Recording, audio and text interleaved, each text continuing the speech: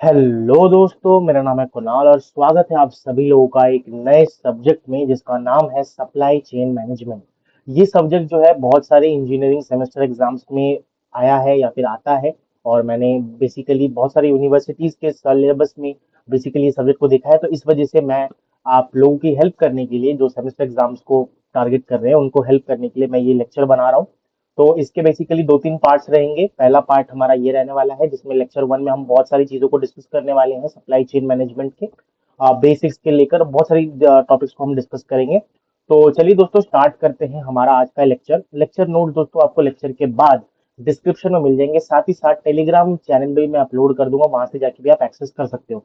Telegram channel कैसे join करना है, तो वो बेसिकली दोस्तों आपको लिंक जो है टेलीग्राम चैनल का डिस्क्रिप्शन में मिल जाएगा, वहां से जाके आप ज्वाइन कर सकते हो। तो चलिए दोस्तों शुरू करते हैं आज का हमारा ये lecture of the very first subject of या फिर very first topic of supply chain management. That is supply chain होता क्या है। दोस्तों अगर मैं बात करता हूँ सप्लाई चेन की, तो सप्लाई चेन इज बेसिकली एक कंप्लीट प्रोसेस, एक पूरा कंप्लीट प्रोसेस है कि कोई भी प्रोडक्ट है, अगर वो प्रोडक्ट को बनाने से लेकर डिलीवर करने तक किसके पास डिलीवर करना हमें फाइनल कस्टमर के पास। कोई भी प्रोडक्ट है उसको बना के डिलीवर करना फाइनल कस्टमर को, ये पूरा जो कंप्लीट प्रोसेस है that is basically starting from the raw materials and ending with the finish products, that is called हमारा सप्लाई चेन। इसका मतलब कोई प्रोडक्ट है, फॉर एग्जांपल मान लो एक घड़ी है, एक घड़ी को बनाने से और वो घड़ी जो है कस्टमर तक पहुंचने तक का जो रास्ता है, जरिया है और प्रोसेस है, उसी को हम सप्लाई चेन बोलते हैं। अब इसमें बेसिकली बहुत सारी चीजें आती है, 5 स्टेजेस हमारे पास। सप्लायर होता है, सप्लायर रॉ मटेरियल प्रोड्यूस करता है, जो कि प्रोवाइड करता है रॉ मटेरियल किसको प्रोवाइड करता है, मैन्युफैक्चरर को। मैन्युफैक्चरर क्या करता है दोस्तों, ये रॉ मटेरियल का इस्तेमाल करके प्रोडक्ट को बनाता है। प्रोडक्ट को बनाने के बाद मैन्युफैक्चरर डिस्ट्रीब्यूटर को सारे सामान या प्रोडक्ट दे देता है, और वो प्रोडक्ट जो है डिस्ट्रीब्यूटर क्या कर देता है, बांटता है। किसको बांटता है, बाकी सारे रिटेलर को। रिटेलर कौन होते हैं, वो शॉप्स आपने देखी होगी ना, स्टोर्स वगैरह, जो किराना का स्टोर है, ये जितने भी शॉप्स है वो सारे हमारे रिटेलर होते हैं। ये रिटेलर क्या करता है, हमें जाके कस्टमर को या फिर हमें वो सामान पहुंचाता है या फिर बेचता है। This is the entire process of the supply chain. Manufacturer जो कि प्रोडक्ट को बनाता है, सप्लायर जो कि रॉ मटेरियल प्रोवाइड करता है, ट्रांसपोर्टर्स जो कि मूव करते हैं गुड्स को या फिर जो भी हमारा सामान है, डिस्ट्रीब्यूटर भी कह सकते हैं, वेयर हाउस जहां पे सामान स्टोर होता है, रिटेलर जो कि बेसिकली हमारे सामान को बेचते हैं कस्टमर को, और कस्टमर तो कस्टमर ही होते हैं ना। तो यहाँ पे ये बेसिकली हमारे पास एग्जांपल दिया हुआ है किस तरीके से हमारे पास सप्लाई चेन वर्क करता है। आप इसको गो थ्रू कर सकते हो, ज्यादा इंपॉर्टेंट नहीं है। बेसिकली फ्लो दिखाया गया है किस तरीके से सप्लायर से मैन्युफैक्चरर, मैन्युफैक्चरर से डिस्ट्रीब्यूटर, डिस्ट्रीब्यूटर से हमारे पास रिटेलर से हमारे पास कस्टमर तक पहुंचता है। तो ये सारा सप्लायर, मैन्युफैक्चरर, डिस्ट्रीब्यूटर, रिटेलर, ये सारे इसमें क्या होता है, इन्फॉर्मेशन का फ्लो होता है, प्रोडक्ट का फ्लो होता है, फंड्स मतलब पैसे का फ्लो होता है। बोथ वे जो है पैसे वगैरह का या फिर इन्फॉर्मेशन का फ्लो होता है। किस तरीके से होता है हम देखेंगे। मेन चीज दोस्तों यहाँ पे जो मैं आपको समझाना चाहता हूँ, मेन चीज दोस्तों जो मैं यहाँ पे समझाना चाहता हूँ, that is basically supply chain के अंदर जो कस्टमर का रोल है वो बहुत ज्यादा इंपॉर्टेंट है या फिर इंटीग्रल पार्ट है। हमारे कस्टमर जो है वो एक इंटीग्रल पार्ट है किसका, सप्लाई चेन का। क्यों क्यों क्यों, बिकॉज हम ये पूरा जो प्रोसेस है सप्लायर चेन का या फिर सप्लाई चेन का, वो इसीलिए करते हैं। मतलब सप्लायर से मैन्युफैक्चरर, मैन्युफैक्चरर से डिस्ट्रीब्यूटर, डिस्ट्रीब्यूटर से रिटेलर, रिटेलर से कस्टमर। ये काम हम इसीलिए करते हैं जिससे हम सेटिस्फाई कर पाए किसकी, कस्टमर, मतलब हमारे यूजर की नीड्स को सेटिस्फाई करने के लिए हम ये सारी चीज करते हैं। या फिर सप्लाई चेन एग्जिस्ट इसीलिए करता है क्योंकि हम यूजर का या फिर कस्टमर का नीड सेटिस्फाई कर पाए। अगर कस्टमर ही नहीं है तो फिर सप्लाई चेन की जरूरत भी नहीं है। अब ऑब्जेक्टिव ऑफ सप्लाई चेन क्या होता है, objective of the supply chain is basically to maximise the supply chain surplus दोस्तों। अब सप्लाई चेन सरप्लस जिसको हम प्रॉफिटेबिलिटी भी बोलते हैं, ये क्या होता है, ये बेसिकली हमारा customer value minus total supply chain cost होता है। क्या मतलब इसका, इसका मतलब मान लो आप हो, या मोनू है हमारा, एक मोनू एक इंसान है जो कि एक कैंडी को खरीदता है और रिटेलर से खरीद रहा है, दुकानदार से हो गया दुकान में, और 20 रुपए हमारे पास यहाँ पे देके वो कैंडी खरीदता है। अब मान लेते हैं सप्लाई चेन का कॉस्ट जो है 5 रुपए। सप्लाई चेन का कॉस्ट 5 रुपए का मतलब क्या होता है, सप्लायर से मैन्युफैक्चरर, मैन्युफैक्चरर से डिस्ट्रीब्यूटर, डिस्ट्रीब्यूटर से रिटेलर तक आया है कैंडी।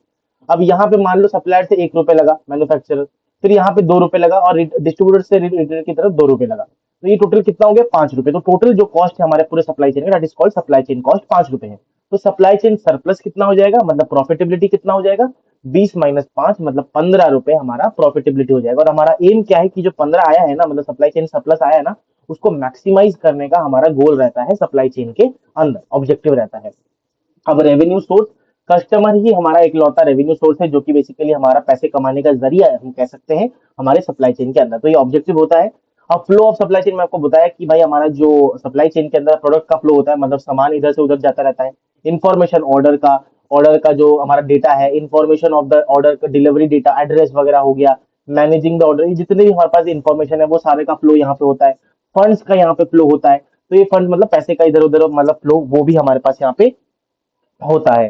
तो ये हमारा बेसिकली क्या रहता है, फ्लो ऑफ सप्लाई चेन यहाँ पे दोस्तों रहता है। अब बेसिकली अगर मैं डेफिनेशन इन सब चीजों को जानने के बाद अगर मैं आपको सप्लाई चेन की डेफिनेशन थोड़ा और एनहांस करके बताऊं, तो दोस्तों सप्लाई चेन का जो डेफिनेशन है, that is supply chain management is the management of flows between and among supply chain stages to maximise the total supply chain profitability या फिर सप्लाई चेन सरप्लस। इसका मतलब किस तरीके से हम जो फ्लोज मतलब प्रोडक्ट फ्लो भी हो सकता है, इंफॉर्मेशन फ्लो भी हो सकता है, या फिर फंड्स फ्लो भी हो सकता है, किस तरीके से ये जो है सप्लाई चेन के स्टेजेस में फ्लो कर रहा है ये सारी चीजें, जिससे हम जो है सप्लाई चेन की प्रॉफिटेबिलिटी या फिर सप्लाई चेन सरप्लस को मैक्सिमाइज कर पा रहे हैं। यही हमारा सप्लाई चेन मैनेजमेंट होता है या फिर कहते हैं। राइट। अब दोस्तों हम बात करेंगे यहाँ पे कि हमारे पास रोल ऑफ सप्लाई चेन क्या होता है। रोल ऑफ सप्लाई चेन दोस्तों हमारे पास सबसे पहला रोल आता है हमारा प्रोडक्ट मूवमेंट का। प्रोडक्ट मूवमेंट का मतलब क्या होता है कि हमारा जो प्रोडक्ट है, कोई भी सामान है, वो सप्लायर से मैन्युफैक्चरर की तरफ, मैन्युफैक्चरर से डिस्ट्रीब्यूटर की तरफ, डिस्ट्रीब्यूटर से रिटेलर की तरफ मूव होता है, रिटेलर से हमारे पास कस्टमर की तरफ, तो प्रोडक्ट मूवमेंट हो रहा है। दूसरा रोल क्या है सप्लाई चेन का, कस्टमर की डिमांड को मीट करना, मतलब राइट प्रोडक्ट को राइट कस्टमर को राइट टाइम में पहुंचाना हमारे सप्लाई चेन का काम होता है। कॉस्ट रिड्यूस करना, इसका मतलब ट्रांसपोर्टेशन कॉस्ट, सामान को स्टोर करने का कॉस्ट, स्टोरेज कॉस्ट हो गया, प्रोडक्शन मतलब प्रोड्यूस करने का कॉस्ट, ये सबको हमें रिड्यूस करना है। उसको रिड्यूस करने का तरीका भी हमारा सप्लाई चेन यहाँ पे प्रोड्यूस करता है। उसके बाद आता है इंफॉर्मेशन फ्लो। इसका मतलब इंफॉर्मेशन अबाउट डिमांड, कितना डिमांड है कोई भी सामान का, ऑर्डर कितना आया है, इन्वेंट्री कहाँ कहाँ हमने लगाई। अब इन्वेंट्री क्या होता है मैं आपको बताता हूँ, बट इन सब का जो डेटा है, इंफॉर्मेशन है, वो बेसिकली हमें मैनेज करना सप्लाई चेन हमें वो भी प्रदान करता है। इन्वेंट्री मैनेजमेंट, इसका मतलब कहाँ पे करेक्ट अमाउंट ऑफ स्टॉक हमें रखना जिससे शॉर्टेज ना हो, हम कस्टमर की डिमांड को फुलफिल कर पाए राइट टाइम में, एक्सेसिव इन्वेंट्री भी ना हो क्योंकि बहुत पैसा लग जाता है। हमें सही इन्वेंट्री और सही अमाउंट ऑफ स्टॉक हमारे पास चाहिए होता है, उसके लिए भी हमारे पास यहाँ पे इन्वेंट्री मैनेजमेंट करना पड़ता है। और जितने भी हमारे पास स्टेजेस है सप्लाई चेन में, मतलब सप्लायर्स, मैन्युफैक्चरर्स, डिस्ट्रीब्यूटर, रिटेलर, इन सब के बीच में कोऑर्डिनेशन होना जरूरी है जिससे वो सही से एफिशिएंटली काम कर पाए। तो ये भी सप्लाई चेन यहाँ पे इंश्योर करता है कि ये दोनों जो है इन सारे स्टेजेस के बीच, दोनों नहीं सारे स्टेजेस के बीच एक कोऑर्डिनेशन बना हुआ है।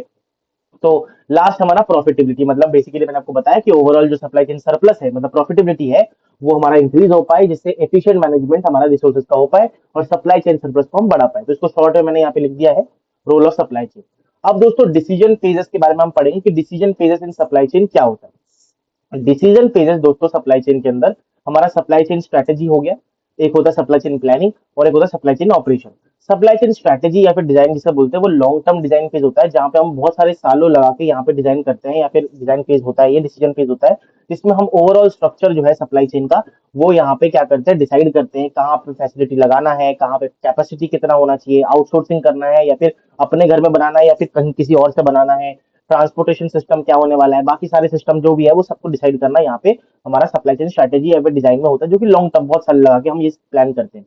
दूसरा होता है हमारा सप्लाई चेन प्लानिंग, जो कि मीडियम टर्म होता है, 3 से महीने से 1 साल तक का ये होता है, जहां पे हम ये डिसाइड करते हैं या फिर प्लान करते हैं किस तरीके से हमारा जो सप्लाई चेन है वो ऑपरेट करेगा। डिमांड फोरकास्टिंग करते हैं, मतलब डिमांड कैसा रहने वाला है किसी प्रोडक्ट का वो निकालते हैं। इन्वेंट्री किस तरीके से हमें प्लान करना है, मैनेज करना है, वो हम कब पता करते हैं। मार्केट एलोकेशन वगैरह हम यहाँ पे करते हैं, ये सारी चीजें हमारे पास यहाँ पे होती है। फिर आता है सप्लाई चेन ऑपरेशन।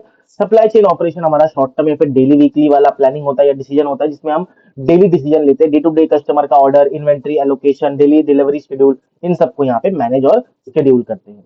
अब दोस्तों हम बात करने वाले हैं process views of supply chain. Process view क्या होता है कि बेसिकली किस तरीके से व्यूज के बारे में हम बात करने वाले सप्लाई चेन का, दैट इज बेसिकली दो टाइप के हमारे सप्लाई चेन के व्यूज होते हैं। पहला आता है साइकिल व्यू। जितने भी हमारे पास दोस्तों हमारे पास जो स्टेजेस होते हैं ना सप्लाई चेन के, उनके बीच में एक हमारा व्यू होता है या फिर साइकिल होता है। एक होता है कस्टमर और रिटेलर के बीच में कस्टमर ऑर्डर साइकिल, रिटेलर और डिस्ट्रीब्यूटर के बीच में रिप्लेसमेंट साइकिल, डिस्ट्रीब्यूटर और मैन्युफैक्चरर के बीच में मैन्युफैक्चरिंग साइकिल, मैन्युफैक्चरर और सप्लायर के बीच में प्रोक्योरमेंट साइकिल। अब कस्टमर ऑर्डर साइकिल क्या होता है, कस्टमर और रिटेलर के बीच में, जो कि बेसिकली अगर मान लो कि रिटेलर है, कस्टमर ऑर्डर करेगा, रिटेलर उसको डिलीवर करेगा, ये हमारा वो साइकिल हो गया जिसको कस्टमर ऑर्डर साइकिल बोलते हैं। अब मान लो रिटेलर के पास जो है सामान खत्म हो गया, तो डिस्ट्रीब्यूटर क्या करेगा, सामान भरेगा, मतलब रीस्टॉक करेगा, रीस्टॉकिंग करेगा इन्वेंटरी को, तो रिप्लेनिशमेंट साइकिल हो गया। मैन्युफैक्चरर क्या करेगा, डिस्ट्रीब्यूटर, अगर मान लो डिस्ट्रीब्यूटर बोलेगा कि भाई अब मेरे को ज्यादा सामान चाहिए हो रहा है, तो मेरे को ज्यादा सामान चाहिए हो रहा है, तो मेरे को ज्यादा सामान दो, तो मैन्युफैक्चरर ज्यादा सामान बनाएगा, मतलब प्रोडक्शन जो है ज्यादा बनाएगा यहाँ पे। फिर आता है प्रोक्यूरमेंट साइकिल, जिसमें सप्लायर जो है वो ज्यादा रॉ मटेरियल प्रोड्यूस करके मैन्युफैक्चरर को देगा, जहां पे वो ज्यादा सामान मैन्युफैक्चरर बना पाए। मैन्युफैक्चरर को ज्यादा सामान बनाने के लिए ज्यादा रॉ मटेरियल की जरूरत है, और रॉ मटेरियल कौन देगा, सप्लायर देगा। सप्लायर और मैन्युफैक्चरर के बीच का जो साइकिल होता है, कॉल्ड प्रोक्यूरमेंट साइकिल। अब दूसरा व्यू क्या है, पुश और पुल व्यू। पुश और पुल व्यू क्या होता है दोस्तों, पुल व्यू होता है रिएक्टिव, इसको रिएक्टिव के नाम से भी जानते हैं, और पुश व्यू जो होता है उसको हम स्पेकुलेटिव के व्यू के नाम से भी जानते हैं। पुल व्यू जो होता है दोस्तों, जब हमारा कस्टमर का ऑर्डर आ गया, उसके बाद जो है हम पुल व्यू को लगाते हैं। जब हमारा डिमांड हमें पता होता है, उसके हम तब जो है पुल व्यू की इस्तेमाल करते हैं।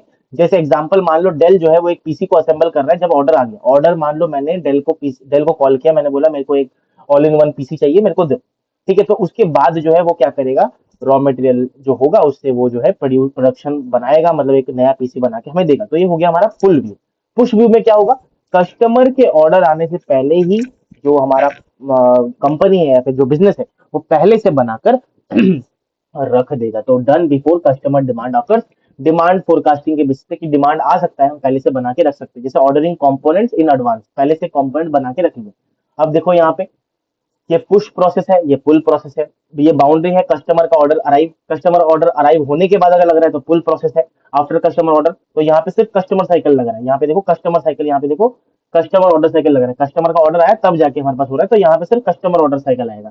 बट यहाँ पे पुश व्यू में प्रोक्यूरमेंट साइकिल, मैन्युफैक्चरिंग, रिप्लेसमेंट पहले से सब करके रख देंगे, ऑर्डर आएगा तो हम भेज देंगे, सीधी सी बात है। तो ये पुश प्रोसेस हो गया, तो बिफोर तो पुश, आफ्टर तो पुल। ठीक है, तो यहाँ पे वो बेसिकली हमारे पास यहाँ पे एल बीन का यहाँ पे एक केस स्टडी है। एलएलबी एक कंपनी है, मेक टू स्टॉक, इसका मतलब ये पुश पे काम करती है। पुश का मतलब ऑर्डर आने से पहले ही हम बना के रख लेंगे, products are made before the customer order. तो ये पहले से हम जो है सामान सब मंगा के रख लेंगे, और जो कस्टमर ऑर्डर साइकिल है वो सिर्फ पुल होता है, बाकी सारे जो है वो पुश होते हैं। डेल जो मैंने आपको एग्जांपल दिया वो पहले पुल पे काम करता है। पुल मतलब products are assembled only after the customer order arrive, है ना। तो यहाँ पे जो कस्टमर ऑर्डर है और मैन्युफैक्चरिंग है, ये पुल प्रोसेस है। प्रोक्यूरमेंट मतलब सामान लाना, रॉ मटेरियल, और जो हमारा मैन्युफैक्चरिंग वो है वगैरह है, वो हमारा पुश प्रोसेस में आ जाएगा। सीधी सी बात है, एग्जांपल था ये, देखो एग्जांपल मैंने इमेजेस के थ्रू भी आपको समझाया है। अब दोस्तों हम पढ़ने वाले हैं supply chain drivers and obstacles के बारे में। सप्लाई चेन ड्राइवर्स और ऑब्स्टैकल्स क्या होती हैं, बेसिकली ये कुछ ऐसे ड्राइवर्स होती है जो कि सप्लाई चेन के परफॉर्मेंस को बढ़ाती है या फिर घटाती है। तो ये एक बैलेंस लाती है एफिशिएंसी पे। एफिशिएंसी अभी के लिए आप याद रखो लो कॉस्ट होता है, और रेस्पॉन्सिवनेस का मतलब होता है फास्ट सर्विस। ठीक है, तो फैसिलिटीज बेसिकली हमारा फिजिकल स्पेसेस होता है, सबसे पहला हमारा ड्राइवर आता है। आप इसको याद रखना फिट सिप करके, फिट सिप। अभी फिट सिप क्या होता है मैं आपको आगे जब पढ़ेंगे तो समझ में आ जाएगा। पहला फिट का हमारा एफ आता है फैसिलिटी। फैसिलिटी क्या होता है, फिजिकल प्लेसेस होते हैं जहां पे हमारा प्रोडक्ट जो है वो बनता है या फिर स्टोर होता है।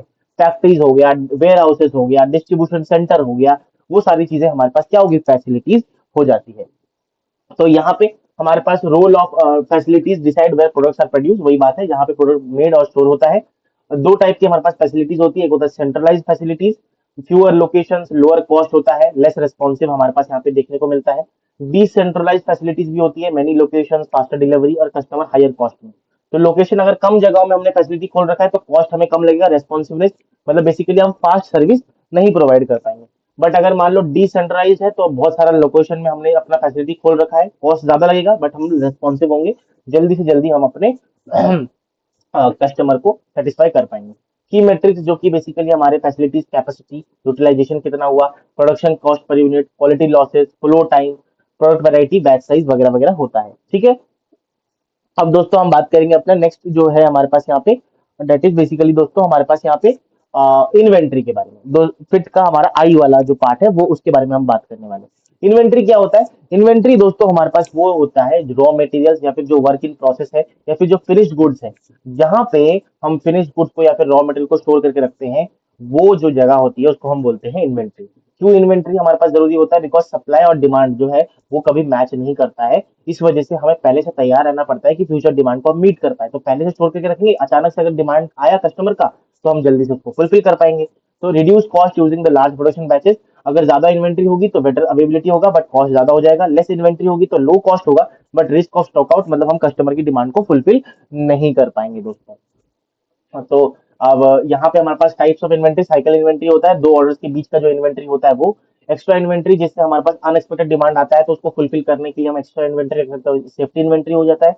सीजनल इन्वेंट्री बेसिकली हमारे पास क्या होता है, जो कि हम यहाँ पे build for predictable seasonal demand. अगर हम मान लो जैसे हमारे पास विंटर जैकेट्स हम पहले से बना के रखेंगे जिससे विंटर पे हमारे पास जल्दी से उसकी सेल बढ़ेगी, तो सीजनल डिमांड के लिए हम पहले से बना के रखेंगे, सीजनल इन्वेंट्री हो गया।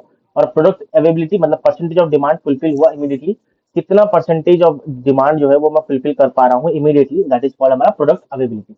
यहाँ पे लेटेस्ट लॉ है, ज्यादा इंपॉर्टेंट नहीं है कि इन्वेंट्री जो होता है उसको निकालना है कितना चाहिए हमें inventory, that is throughput into flow time के बराबर होता है। सिंपल है, ज्यादा इतना वो करने की जरूरत इसमें नहीं है। देन थर्ड हमारा ऑब्स्टेकल आता है, या फिर जो सॉरी थर्ड ड्राइवर आता है हमारे सप्लाई चेन का, that is called transportation. Transportation दोस्तों जो मूवमेंट ऑफ प्रोडक्ट होता है between the supply chain stages, connect the supplier, manufacturer, distributor, customer. Transportation का जो स्पीड होता है अगर वो ज्यादा है तो बेसिकली कॉस्ट ज्यादा लगेगा बट रेस्पॉन्सिव ज्यादा होगा। ट्रांसपोर्टेशन का स्पीड अगर कम है तो लेस रिस्पॉन्सिव बट कॉस्ट कम लगेगा यहाँ पे, ठीक है। तो यही बात होती है ट्रांसपोर्टेशन के बारे में। इन्फॉर्मेशन क्या होता है, डेटा अबाउट डिमांड, इसका मतलब हमारे पास डेटा, डिमांड के बारे में जो डेटा है, इन्वेंट्री, ऑर्डर के बारे में जो ऑर्डर्स, कस्टमर का ऑर्डर, डिलीवरी का शेड्यूल, ये सारी चीजों का जितना भी डेटा हो सकता है इन्फॉर्मेशन, वो सारे हमारे पास इन्फॉर्मेशन में आ जाता है। ये हेल्प करता है सप्लाई चेन के सारे एक्टिविटीज को एक साथ कोऑर्डिनेट करने के लिए, हमारे पास यहाँ पे काम में आता है दोस्तों, ठीक है। अब दोस्तों हमारे पास यहाँ पे आता है सोर्सिंग। सो ये दोनों जो बेसिकली इन्फॉर्मेशन हमारा इंप्रूव कर सकता है एफिशिएंसी और रेस्पॉन्सिवनेस को। सोर्सिंग मतलब फिट हमने ऑलरेडी कवर कर लिया, सिप में हम लोग सोर्सिंग कर रहे हैं, और आई हम लोग ऑलरेडी कवर कर चुके हैं। तो सोर्सिंग क्या होता है कि सप्लायर को चूज करने का तरीका, या फिर कौन से सप्लायर अच्छे होते हैं जिससे हमारे पास जो कि हमें गुड्स और सर्विसेज को प्रोवाइड करेंगे, वो सप्लायर को चूज करने का तरीका हमारे पास सोर्सिंग होता है। तो किस तरीके से दोस्तों हम चूज करेंगे, बेसिकली इन हाउस भी हो सकता है, मतलब हम कहीं अपने से ही बना ले सामान को, किसी को डिपेंडेंट नहीं रहना, तो यहाँ पे बेटर कंट्रोल रहता है, रेस्पॉन्सिबनेस रहता है। बट आउटसोर्सिंग करेंगे मतलब किसी से बात करके या फिर किसी और कंपनी को हायर करके हम अपना जो है सामान बनाएंगे, तो लो कॉस्ट रहेगा but in house, sorry low cost रहेगा बट रेस्पॉन्सिवनेस यहाँ पे मैटर कर सकती है, हो सकता है स्पीड डिलीवरी ना हो। फिर आता है दोस्तों obstacles to achieving the strategic fit, sorry यहाँ पे सॉरी प्राइसिंग। प्राइसिंग हमारा लास्ट ड्राइवर है कि कितना जो है कोई कंपनी चार्ज कर रही है अपने प्रोडक्ट और सर्विसेज के लिए। प्राइसिंग जो है वो हेल्प करता है हमारे एक सप्लाई बैलेंस करने के लिए, सप्लाई और डिमांड को बैलेंस करने के लिए प्राइसिंग बहुत बड़ा इंपॉर्टेंट रोल प्ले करता है। और प्राइसिंग होता क्या है कि कोई भी प्रोडक्ट और सर्विस के लिए कंपनी कितना चार्ज कर रही है। अब ड्राइवर समझ में आ गया, फिट सिप से आप याद रख सकते हो। अब आपको बात करनी है ऑब्स्टैकल्स के बारे में। ऑब्स्टैकल्स बेसिकली जो है हमारे सप्लाई चेन में या फिर अचीविंग स्ट्रेटेजिक फिट, अभी मत रखो। बेसिकली सप्लाई चेन स्ट्रेटेजी में हमारे पास जो ऑब्स्टैकल्स आते हैं उसके बारे में हम बात कर रहे हैं। सबसे पहले आता है इंक्रीजिंग द प्रोडक्ट वैरायटी और शॉर्ट लाइफ साइकिल। अगर मान लो बहुत ज्यादा टाइप्स के हमारे पास प्रोडक्ट रहेंगे, मतलब एक ही प्रोडक्ट के बहुत सारे टाइप्स हैं, तो हमारे पास उसके जो है प्रोडक्ट लाइफ जो है वो कम रहेगा। डिमांड फोरकास्टिंग डिफिकल्ट हो जाएगा क्योंकि किसी टाइप का बहुत ज्यादा डिमांड होगा, किसी टाइप का बहुत कम डिमांड होगा, तो यहाँ पे एक चीज है। दूसरा है ग्लोबलाइजेशन। अगर मान लो कि हमारे पास, अगर मैं बहुत सारे कंट्रीज में ऑपरेट कर रहा हूँ, मतलब बहुत सारे कंट्रीज में मेरा बिजनेस है, तो डिमांड की अनसर्टिनिटी रहेगी, मतलब कोई कंट्री में बहुत ज्यादा डिमांड रहेगा वो प्रोडक्ट का बहुत ज्यादा, और किसी कंट्रीज में बहुत कम डिमांड रहेगा। तो यहाँ पे ग्लोबलाइजेशन का यहाँ पे होगा कि एक्सचेंज रेट, ट्रांसपोर्टेशन कॉस्ट, इन सब में अनसर्टिनिटी रहेगी। फ्रैगमेंटेड सप्लाई चेन ओनरशिप, इसका मतलब मान लो कि डिफरेंट कंपनीज जो है वो डिफरेंट डिफरेंट स्टेजेस को कंट्रोल कर रही है। कोई सप्लायर जो है वो कोई और कंपनी है, मैन्युफैक्चरर कोई और कंपनी है, तो इससे क्या होगा, कोऑर्डिनेशन और कॉपरेशन जो है वो डिफिकल्ट हो जाएगा। और टेक्नोलॉजी जिस तरीके से चेंज हो रही है, हो सकता है अभी के लिए जो एग्जिस्टिंग सप्लाई चेन स्ट्रेटजीज है वो आउटडेटेड हो जाए, तो ये एक हमारे पास डिफिकल्टी आ सकती है, ऑब्स्टेकल आ सकता है। और फिर आता है एनवायरमेंटल या फिर सस्टेनेबल इश्यूज, मतलब एनवायरमेंटल रेगुलेशन या फिर सस्टेनेबल प्रैक्टिस जो है वो कॉम्प्लेक्सिटी और कॉस्ट को इंक्रीज कर सकती है। तो ये बेसिकली हमारे पास यहाँ पे कुछ उसके ऑब्स्टेकल्स हैं। अब ये दोस्तों मैं ऑलरेडी आपको नीचे कवर कराऊंगा, तो ये बेसिकली आपके शॉर्ट नोट्स हैं, आप इसको गो थ्रू कर सकते हो क्विकली रिवाइज करने के लिए, जो हम आगे पढ़ने वाले हैं अभी, ठीक है। अब ये जो है हमारा flow of supply chain already cover कर लिया। इन्फॉर्मेशन, प्रोडक्ट और फंड का फ्लो होता है, टू वे फ्लो होता है। ऑब्स्टैकल्स मैंने आपको ऑलरेडी बता दिया, increasing the variety of product, decreasing the product, वही सब आपको एक्सप्लेन कर दिया है कि किस तरीके से ऑब्स्टैकल हम सप्लाई चेन में फेस करते हैं, ठीक है। फैसिलिटी, इन्वेंट्री और फिट, फिट जो है ना वो लॉजिस्टिकल ड्राइवर्स होते हैं, और इन्फॉर्मेशन, सोर्सिंग और प्राइसिंग जो है वो क्रॉस फंक्शनल ड्राइवर्स दोस्तों होते हैं। अब हम बात करेंगे दोस्तों यहाँ पे सप्लाई चेन परफॉर्मेंस के बारे में। सप्लाई चेन परफॉर्मेंस क्या होता है, रेस्पॉन्सिवनेस और एफिशिएंसी मैंने आपको बताया। रेस्पॉन्सिवनेस क्या होता है कि किस तरीके से हम कस्टमर की डिमांड को कितनी क्विकली और फास्टली फुलफिल कर पा रहे हैं, दैट इज कॉल्ड रेस्पॉन्सिवनेस। हमें हमेशा रेस्पॉन्सिवनेस हाई चाहिए होता है। एफिशिएंसी, कितने कम दाम में, कितने कितने लोएस्ट कॉस्ट में हम जो है किसी भी चीज को बना के डिलीवर कर सकते हैं कोई कस्टमर को प्रोडक्ट, और हमें हमेशा जो है एफिशिएंसी हाई चाहिए होती है और कॉस्ट जो है यहाँ पे लो चाहिए होता है। कॉस्ट और रेस्पॉन्सिवनेस का यहाँ पे एक ट्रेड ऑफ है कि हाँ, supply chain can't be highly responsive and highly efficient at the same time. Because अगर मैं रेस्पॉन्सिवनेस बढ़ाने के चक्कर में जाऊंगा तो मेरा कॉस्ट बढ़ जाएगा, कॉस्ट बढ़ेगा तो एफिशिएंसी घट जाएगी, और अगर मैं एफिशिएंसी बढ़ाने जाऊंगा तो बेसिकली हमारा जो है स्लो हो जाएगा, इसका मतलब रेस्पॉन्सिवनेस घट जाएगी। ठीक है। अब दोस्तों मैक्रो प्रोसेसेस क्या होते हैं सप्लाई चेन के अंदर? बेसिकली एक लार्ज ग्रुप ऑफ एक्टिविटीज हैं, रिलेटेड एक्टिविटीज हैं जो कि एक साथ काम करती हैं, जो कि हमारा जो फ्लो ऑफ प्रोडक्ट और सर्विसेज है उसको मैनेज करता है। हमारा जो प्रोडक्ट और सर्विसेज का फ्लो है उसको मैनेज करने के लिए बहुत सारे एक्टिविटीज होती हैं, जो कि रिलेटेड एक्टिविटीज होती हैं, वो एक साथ काम करती है सब प्रोडक्ट और सर्विसेज के फ्लो को मैनेज करने के लिए। That is called macro processes. अब मैक्रो प्रोसेस हमारे पास तीन टाइप की होती है, मेजर मैक्रो प्रोसेसेस हमारे पास। एक होता है सीआरएम, एक होता है आईएससीएम, एक होता है एसआरएम।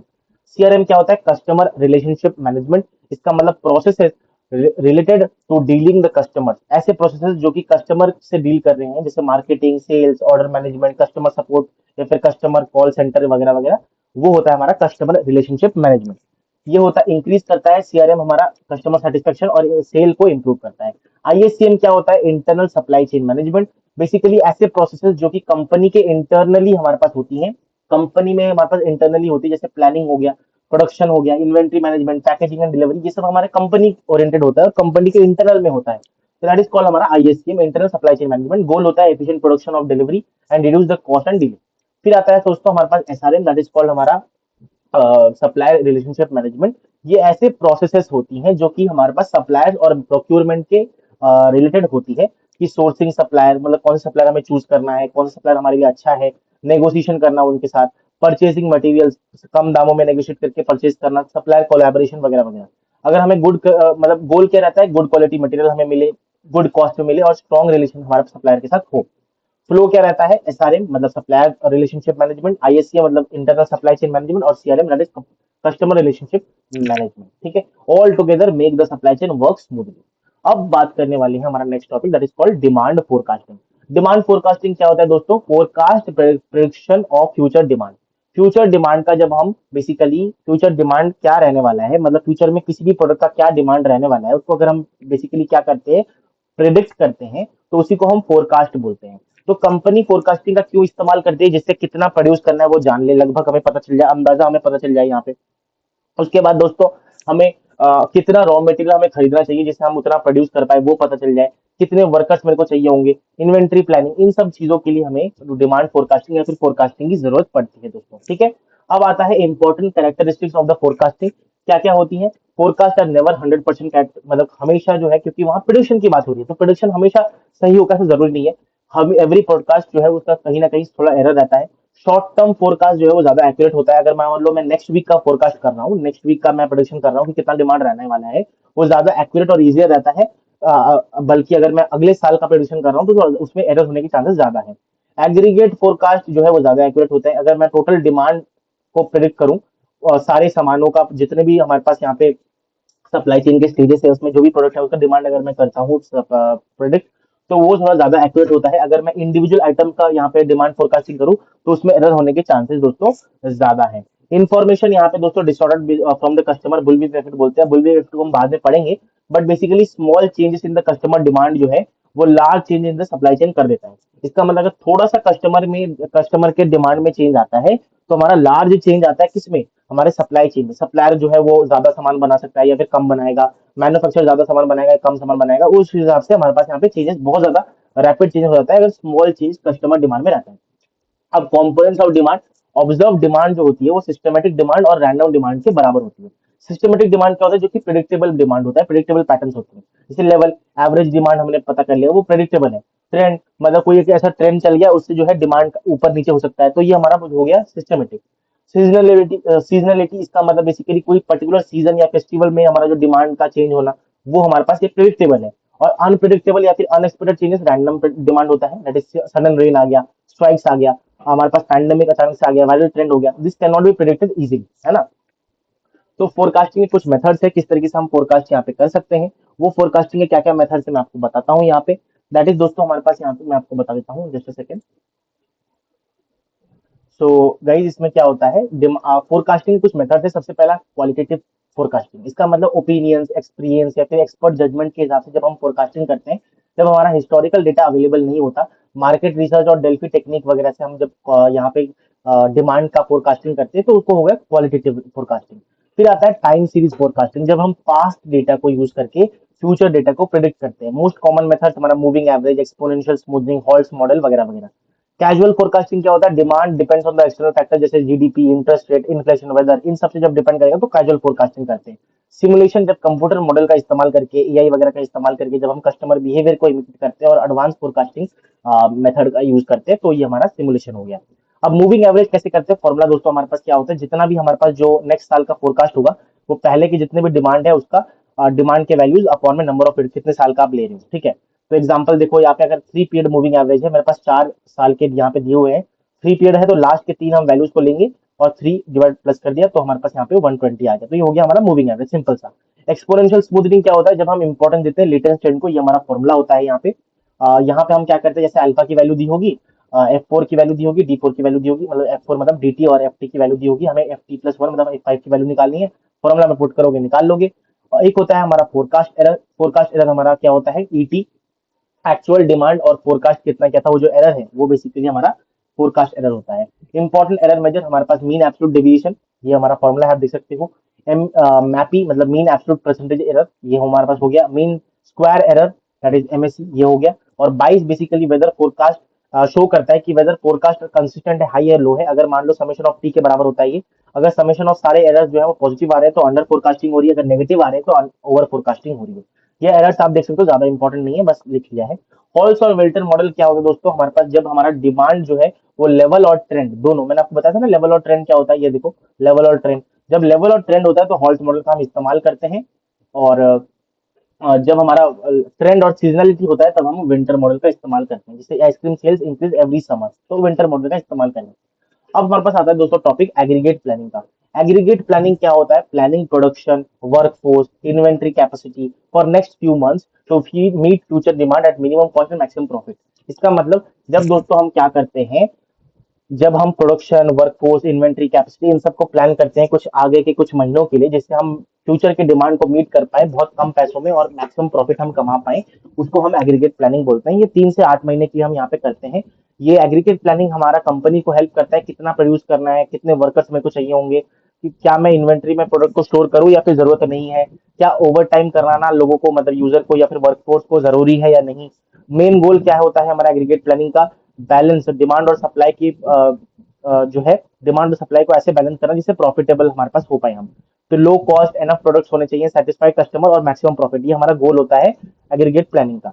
एग्रीगेट रिक्वायरमेंट्स क्या होती है एग्रीगेट प्लानिंग की, डिमांड फोरकास्टिंग, प्रोडक्शन या फिर manufacturing cost, labour cost, inventory cost, stockout cost. Stockout cost क्या होता है दोस्तों हमारे पास, जो कि अगर मान लो शॉर्टेज हो गया, शॉर्टेज की वजह से हम कस्टमर की डिमांड पूरी नहीं कर पाए, डिमांड पूरी नहीं कर पाए तो लॉस होगा, लॉस जो है that is called stockout cost.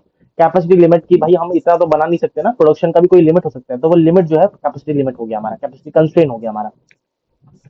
फिर आता है एग्रीगेट प्लानिंग स्ट्रेटेजी, मतलब 6 स्ट्रेटेजी होता है, टाइम फ्लेक्सिबिलिटी स्ट्रेटेजी होता है और लेवल स्ट्रेटेजी होता है। 6 स्ट्रेटेजी क्या होता है, जब हमारा प्रोडक्शन रेट जो है वो डिमांड रेट के बराबर हो जाए, तो अगर मान लो अगर डिमांड इंक्रीज हो रही है तो ज्यादा मैं प्रोड्यूस करूंगा, अगर डिमांड कम हो रही है तो हमारा प्रोड्यूस लेस करेंगे हम। इसमें क्या होता है कि इन्वेंट्री का कॉस्ट कम होता है, शॉर्टेज कॉस्ट यहाँ पे कम होता है। डिसएडवांटेज, वर्कफोर्स जो है वो बहुत जल्दी और जो है रैपिडली चेंज होती है, क्योंकि अब अगर मान लो जरूरत नहीं है तो मैं लोगों को हटा दूंगा, हायर मतलब फायर करूंगा, और अगर मान लो जरूरत है तो लोगों को या फिर वर्कर्स को हायर करूंगा। टाइम फ्लेक्सिबिलिटी स्ट्रेटेजी क्या होता है, जब हम वर्कफोर्स को कांस्टेंट रखें बट वर्किंग आवर्स को यहाँ पे हम क्या करें, वैरी करें, मतलब ओवर टाइम और फ्लेक्सिबल वगैरह। तो यहाँ पे एडवांटेज स्टेबल वर्कफोर्स रहता है बट फ्रीक्वेंट, यहाँ पे फ्रीक्वेंट हायरिंग फायरिंग नहीं होता, बट डिसएडवांटेज क्या है, ओवर टाइम कॉस्ट होता है यहाँ पे हमारे पास, वर्कर जो है हो सकता है टायर्ड हो जाए, थक जाए काम करते करते। लेवल स्ट्रेटेजी, जब हम प्रोडक्शन को कांस्टेंट रखें, डिमांड चेंज हो रही है उसको हम इन्वेंट्री उसको हैंडल करेंगे, अगर प्रोडक्शन को कांस्टेंट रखेंगे, इसका मतलब स्टेबल वर्कफोर्स और production, disadvantage high inventory cost. इसका मतलब मान लो दोस्तों मेरे पास 100 रुपए का एक आइटम है, ठीक है, सॉरी कोई आइटम है उसको मैं 100 बना रहा हूँ, हर साल मैं 100 बनाऊंगा, तो पहले साल में मान लो 80 बिका तो मेरा 20 बच गया, उसको मैं इन्वेंट्री में रख दूंगा। और अगले साल मान लो 120 का डिमांड आया, तो ये जो 100 तो मैं बनाता ही हूँ हर साल, और ये 20 जो पहले का बचा होता है वो यूज हो गया, तो ये ऑलरेडी हमारा सेटिस्फाई हो जाएगा, demand changes are satisfied and handle by the inventory. समझ आ गया, तो that is called level strategy, हम प्रोडक्शन को कांस्टेंट रखेंगे। मैथमेटिकल फॉर्मुलेशन मतलब लीनियर प्रोग्रामिंग का जब हम एग्री प्लानिंग में यूज करेंगे तो ये basically linear programming mathematical model होता है जो कि हेल्प करता है labour cost, inventory cost, over time cost, सब कॉन्ट्रैक्टिंग कॉस्ट को मिनिमाइज करने के लिए। ठीक है। प्रेडिक्टेबल वेरिएबिलिटी, ये क्या होता है दोस्तों? प्रेडिक्टेबल वेरिएबिलिटी दोस्तों, हमारे पास डिमांड जो है वो changes that can be demand changes, जो कि हम पहले से ही फोरकास्ट करके रख लेते हैं क्या डिमांड चेंजेस हो सकती है। जैसे हमारा समर में जो है वो डिमांड एसी का बहुत डिमांड बढ़ जाएगा, फेस्टिवल में शॉपिंग का डिमांड बढ़ जाएगा। तो इस तरह से हम क्या कर सकते हैं, प्रेडिक्टेबल वेरिएबिलिटी हम कर सकते हैं। तो किस तरीके से हम मैनेज कर सकते हैं? Managing the supply, manage supply को बढ़ा सकते हैं या फिर घटा सकते हैं, और डिमांड को भी मैनेज कर सकते हैं। अगर मान लो हमारे पास सेल या फिर मान लो डिमांड नहीं है तो सामान वेस्ट होगा। अब सामान वेस्ट होने से बचाने के लिए हम क्या कर सकते हैं? ऑफर, सेल वगैरह अट्रैक्ट करने के लिए लोगों को दे सकते हैं। मैक्सिमम प्रॉफिट कब होगा? जब हमारा सप्लाई और डिमांड कोऑर्डिनेट करे एक दूसरे के साथ। नाउ दोस्तों हमारा टॉपिक आता है ईओक्यू। ईओक्यू क्या होता है? Economic order quantity. ये क्या होता है? The best order quantity that minimises the total inventory cost. ऐसा ऑर्डर क्वांटिटी जो कि हमारा मिनिमाइज कर दे पूरा इन्वेंटरी कॉस्ट को, दैट इज कॉल्ड हमारा EOQ, economic order quantity. Basically कितना इन्वेंटरी मैं मतलब एक कंपनी को जो है हर टाइम जो है एक कंपनी को ऑर्डर करना चाहिए जिससे वो जो है स्टॉक आउट ना हो। ठीक है। और बेसिकली उसका लॉस ना हो। तो गोल क्या होता है? ऑर्डरिंग कॉस्ट और होल्डिंग कॉस्ट मतलब शॉर्टेज कॉस्ट को मिनिमाइज करना। तो मान लो एग्जांपल, एक शॉप है जो कि सेल कर रही है नोटबुक, अगर वो बहुत ज्यादा फ्रीक्वेंटली ऑर्डर कर रही है तो बेसिकली ऑर्डरिंग कॉस्ट जो है उसका हाई हो जाएगा। अगर बहुत ज्यादा लार्ज क्वांटिटी में हमारे पास ऑर्डर कर रही है तो शॉर्टेज कॉस्ट जो है वो हाई हो जाएगा। शॉर्टेज कॉस्ट का मतलब क्या होता है हमारे पास? शॉर्टेज कॉस्ट मतलब होल्डिंग कॉस्ट जिसे हम कह सकते हैं। तो यूक्यू जो है वो एक परफेक्ट बैलेंस हमारे पास फाइंड आउट करता है। यूक्यू के कुछ एजम्पशंस होती हैं। Constant demand, constant lead time होना चाहिए। लीड टाइम का मतलब डिलीवरी टाइम जो है वो फिक्स होना चाहिए। अगर मैंने आज ऑर्डर दिया तो कल मेरे को ऑर्डर मिल जाएगा, वो होता है हमारा लीड टाइम।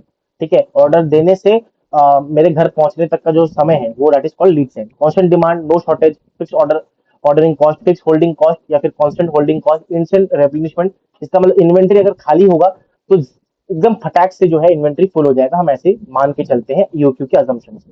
ऑर्डरिंग कॉस्ट क्या क्या होती है? Ordering cost, cost every time और ऑर्डर प्लेस, वो बेसिकली हमारा ऑर्डरिंग कॉस्ट होता है। ट्रांसपोर्टेशन, पेपर वर्क, सप्लायर, ये सारे जो कॉस्ट होते हैं वो हमारे पास होते हैं। अगर ज्यादा ऑर्डर आ रहे हैं तो हाई ऑर्डरिंग कॉस्ट हमारा होगा। होल्डिंग कॉस्ट क्या होता है? कि इन्वेंट्री में स्टोर करने का जो कॉस्ट होता है हमारे पास, कोई भी सामान को इन्वेंट्री में मैं स्टोर कर रहा हूँ, दैट इज बेसिकली हमारे पास इन्वेंट्री कॉस्ट। तो वेयर हाउस का रेंट, इंश्योरेंस, इलेक्ट्रिसिटी का कॉस्ट, ये सारे हमारा होल्डिंग कॉस्ट हो गया। तो टोटल इन्वेंट्री कॉस्ट क्या होता है? ऑर्डरिंग कॉस्ट और होल्डिंग कॉस्ट। इन्वेंट्री कॉस्ट निकालना है तो ऑर्डरिंग कॉस्ट और होल्डिंग कॉस्ट को मिला देंगे या फिर प्लस कर देंगे।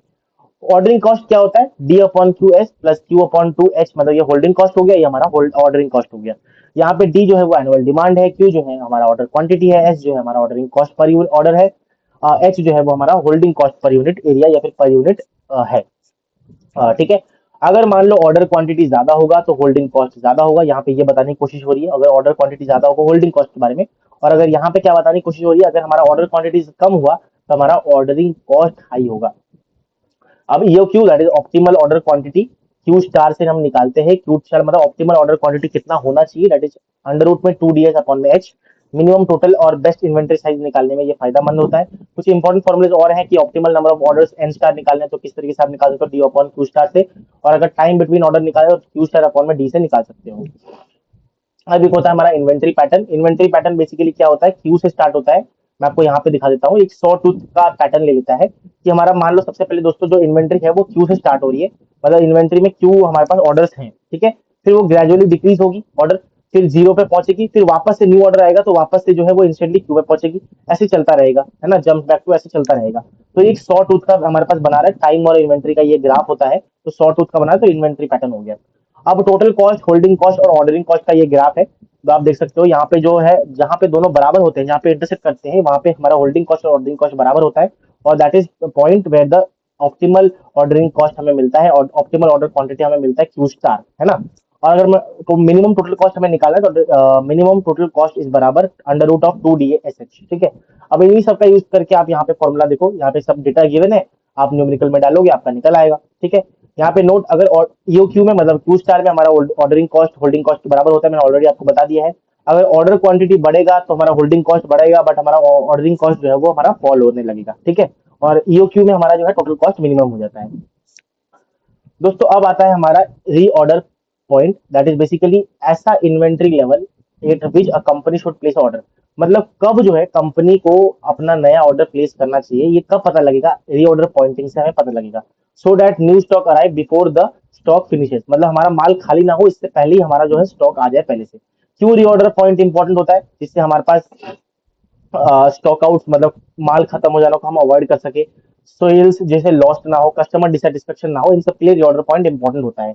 अगर कोई अनसर्टिनिटी नहीं है दोस्तों, तो रीऑर्डर पॉइंट निकालने के लिए हमें डी इंटू एल करना पड़ता है, that is daily demand into lead time. अगर मान लो डिमांड जो है हमारा अनसर्टेन है, इसका मतलब कंपनी जो है वो basically company keep extra inventory, जिसे हम बोलते हैं सेफ्टी स्टॉक।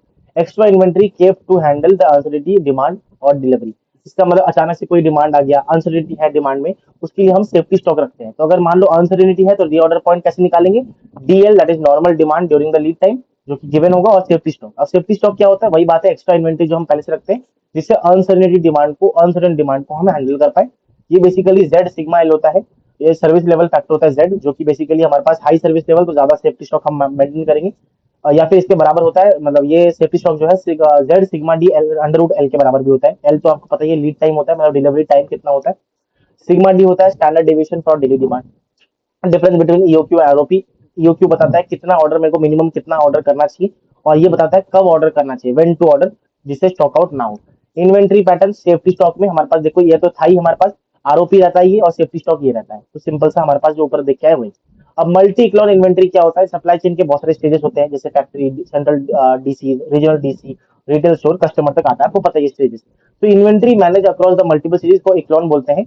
जब हम क्या करें, ये जो ईओक्यू है या फिर सारी चीजें इन्वेंट्री मैनेजमेंट सिस्टम है, उसको हर एक level of the supply chain लगा देते हैं, दैट इज कॉल्ड हमारा मल्टी इक्लॉन इन्वेंट्री।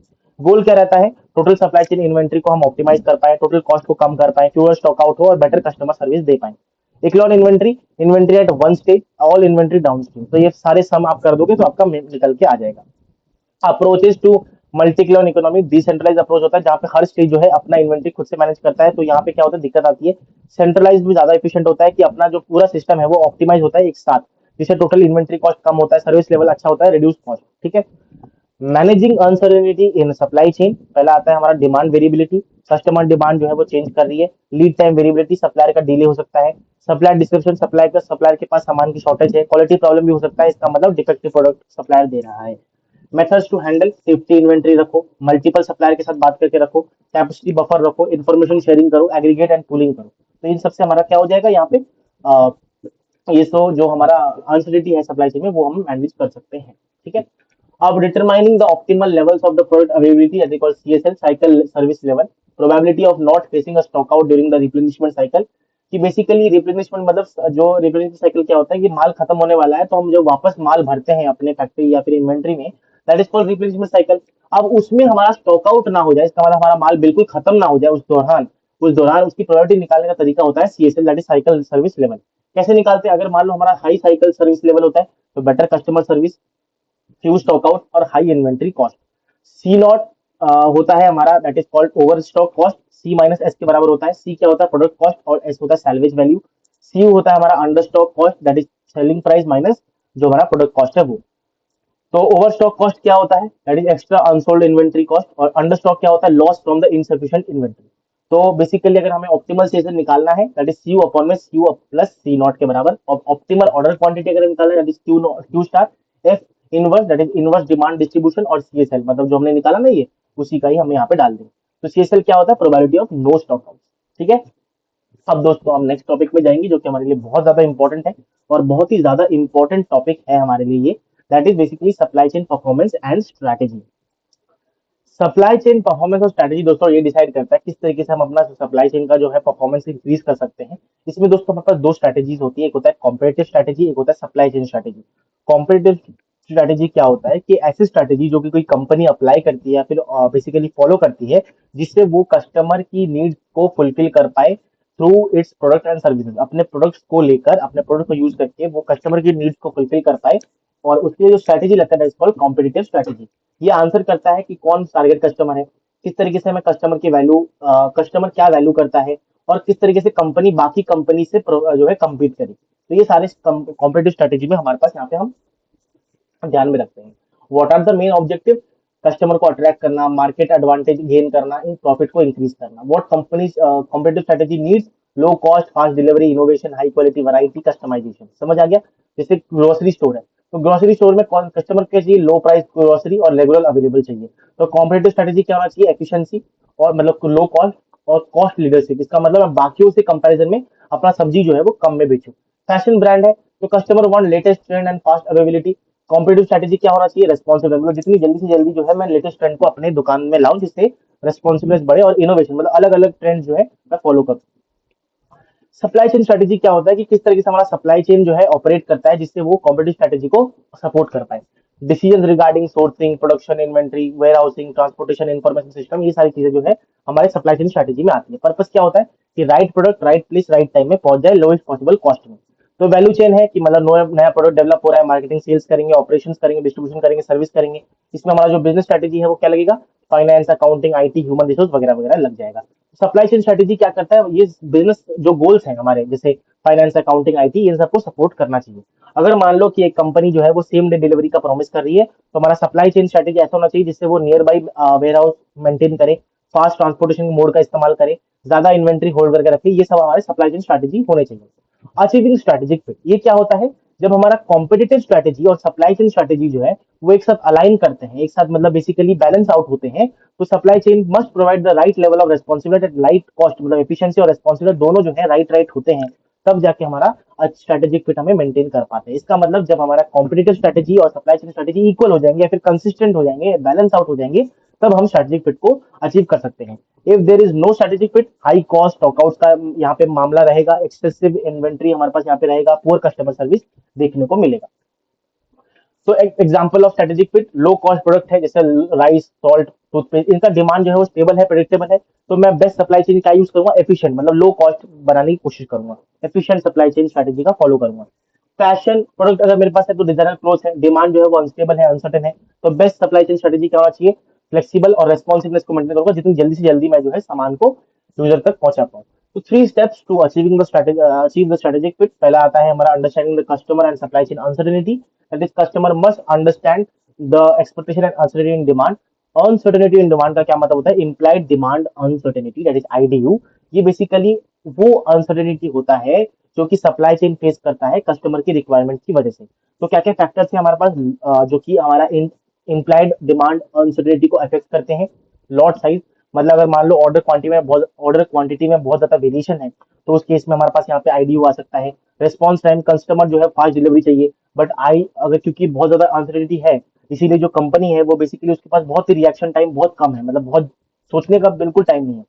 प्रोडक्ट वेराइटी, ज्यादा चॉइसेस होंगे तो ज्यादा फ्रेगमेंटेड डिमांड होगा, मतलब किसी प्रोडक्ट का ज्यादा डिमांड होगा, किसी का कम डिमांड होगा, तो इनोवेशन रेट हमारे पास कम हो जाएगा, तो ज्यादा न्यू प्रोडक्ट का अनसर्टेन डिमांड रहेगा। फिर आता है हमारा levels of implied demand uncertainty, इसका मतलब प्रेडिक्टेबल और supply demand, salt at a supermarket, predictable supply uncertain demand vice versa, जो कि बेसिकली ऑटोमोबाइल का हो गया, और हाई अनसर्टेनिटी और सप्लाई डिमांड मतलब बेसिकली हमारा एक कम्युनिकेशन डिवाइस हो गया, तो उसका बेसिकली डिमांड और सप्लाई दोनों ही अनसर्टेन है, ठीक है। अंडरस्टैंडिंग हमारा दूसरा स्टेप होता है, understanding the supply chain capabilities. Company जो है वो एनालाइज करती है सप्लाई चेन को, जिससे हाउ रेस्पॉन्सिव और efficient the supply chain is.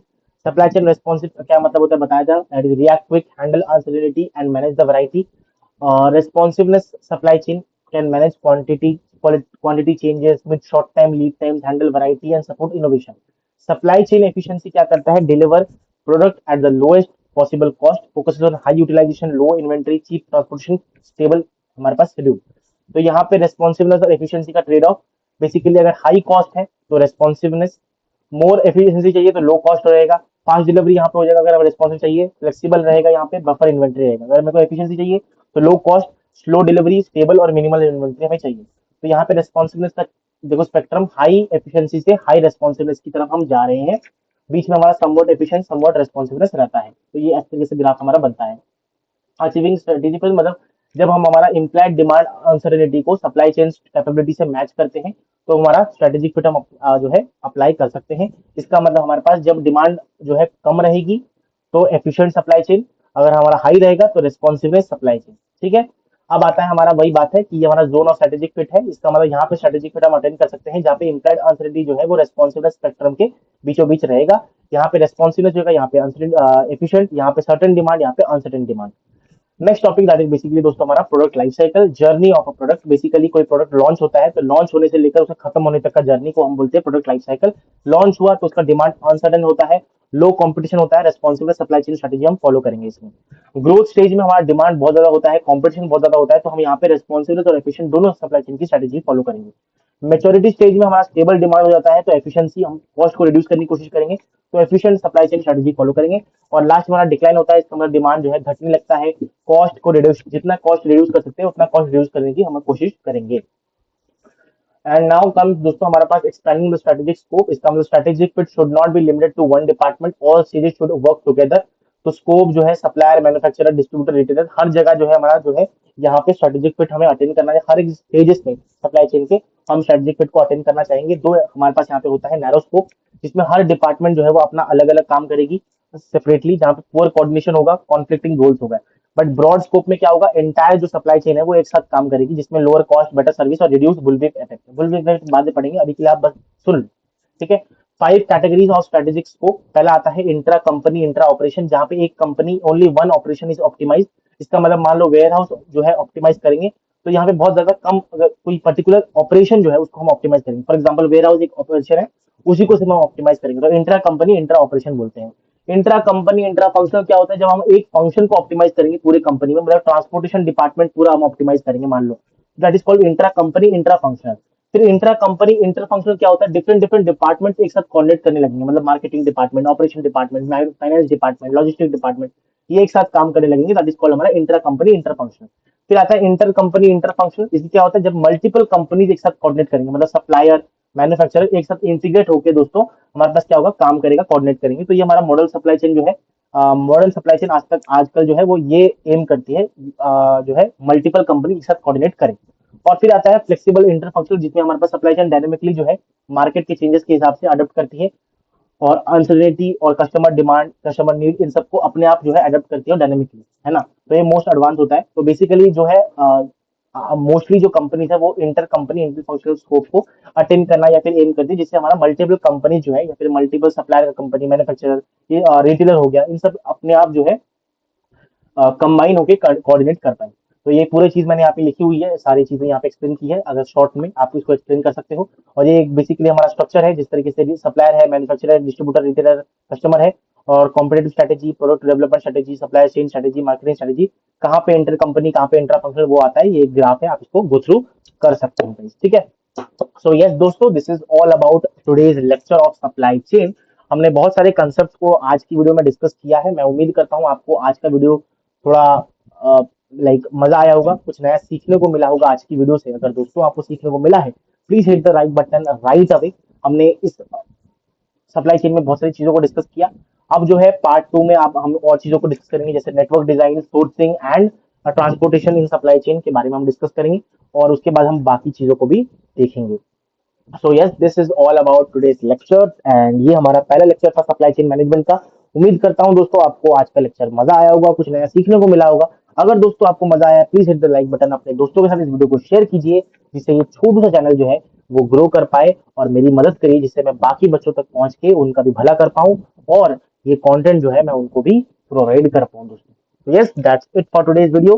Please hit the like button, Telegram channel join करना ना भूलिएगा, वहां पे नोट्स वगैरह मिल जाएंगे। और यस, हम मिलेंगे अगले वीडियो में, अगले लेक्चर में, तब तक thank you so much, bye bye.